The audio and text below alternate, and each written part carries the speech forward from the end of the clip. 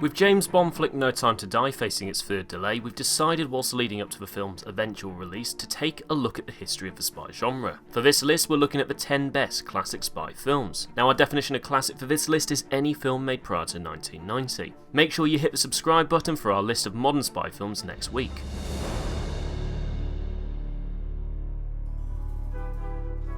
Number 10, The Ipcress File. Mr. Grantby, we are looking for an important piece of scientific equipment. It was lost on a train. We think that you might be able to help us get it back. A kind of mirror image Bond, Harry Palmer is the working class embodiment of everything grubby and unglamorous in the espionage world. In the first of his several outings as Palmer, Michael Caine is put upon and bogged down with paperwork. The down-market thrills are as effective in their own way as Bond's globe-trotting adventures, and it's easy to see why it is part of the mid-60s run of movies that made Caine a star, returning to the part of Palmer in 4 sequels.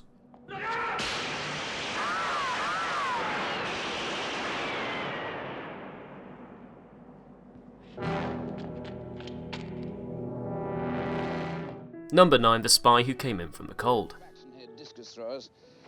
I can't go home. Don't you mind giving up your country? What the hell's my country done for me?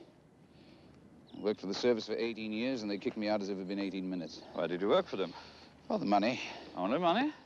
This film adaptation of John le Carré's breakthrough novel is an outstanding tale of compromise and disillusion. Apparently le Carré was unhappy that Richard Burton was cast in the lead, as he initially wanted Trevor Howard as the titular spy, but to more objective viewers, Burton is outstanding as the beaten, broken man who has done too many questionable things. The moral ambiguities of the hidden war were never laid so bare than in this incredibly British Cold War thriller. Look, your job and mine permit us to take human life. If I want to kill you, and I can only do it by putting a bomb in a restaurant, and that's the way I'll kill you. That's what I'll do. Number 8, Where Eagles Dare.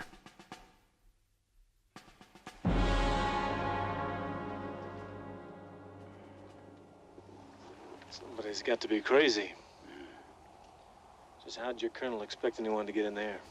Some films seem to stand the test of time. Not only are they popular on release, but they find new audiences throughout the decades that follow. Where Eagles Dare, first released 52 years ago, is one such example. Starring the perhaps unlikely mix of Richard Burton and Clint Eastwood, this mix of spy thriller and war movie remains as entertaining now as it was then. Every chase and gun battle is a classic, and the climactic fight on top of the cable cars remain etched in the memory of a generation.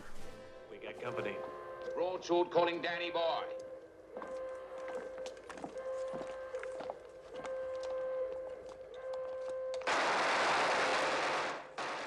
Number 7, The Lady Vanishes. I appeal to you, all of you, to stop the train. Please help me. Please make them stop the train. Do you hear? Why don't you do something before it's too late? Please. I know you think I'm crazy, but I'm not. I'm not. For heaven's sake, stop this train. Leave me alone. Leave me alone.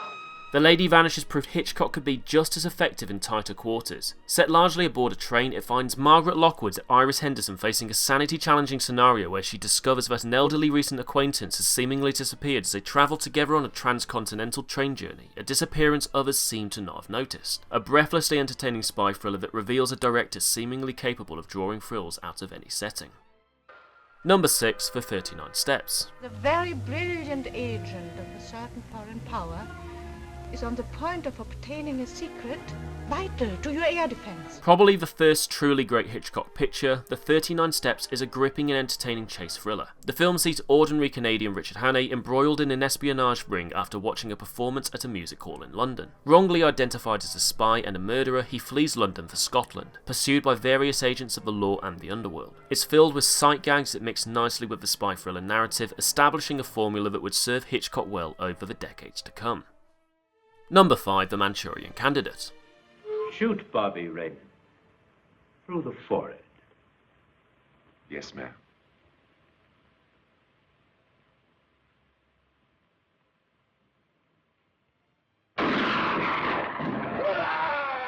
The Manchurian Candidate took a far-fetched premise and made it believable. The story begins in Korea when a captured platoon of American soldiers are subjected to brainwashing by the Chinese captors. Shocking twists and turns intensify as the film morphs into an almost psychological horror. Frankenheimer used wide lens shots to powerful effect, creating an intimate, claustrophobic relationship between the characters. A must-see classic that's been imitated many times since.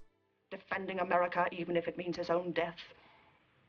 rallying a nation of television viewers into hysteria to sweep us up into the White House with powers that will make martial law seem like anarchy.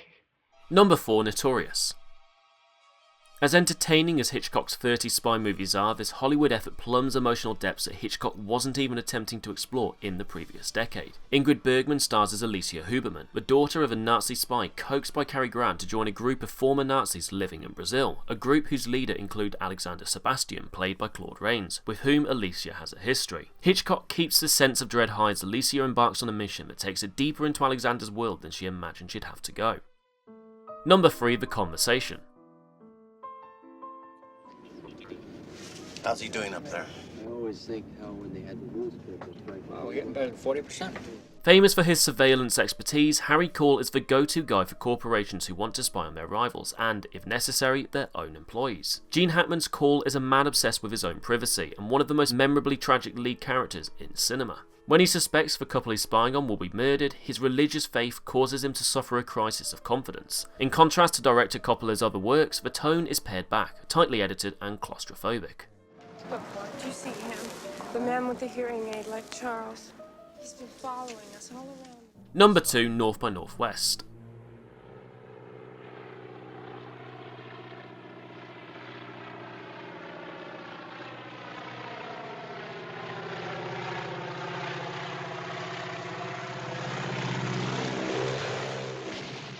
This spy thriller is a tale of mistaken identity, with an innocent man pursued across the United States by agents of a mysterious organisation, trying to prevent him from blocking their plan to smuggle out microfilm that contains government secrets. The film is with good reason considered one of the classics of spy movies. A mark of the film's influences is the frequency with which it has been spoofed, and the iconic image of Cary Grant running away from a hovering plane has gone down as an iconic moment in cinema.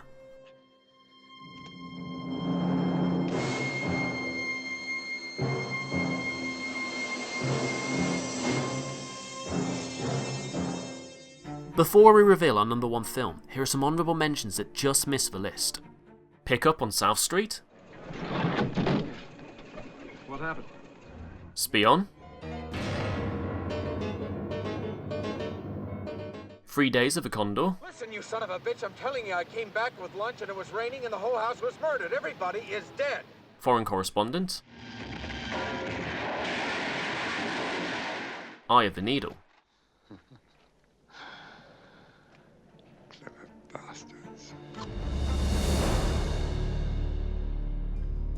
Number 1, Goldfinger.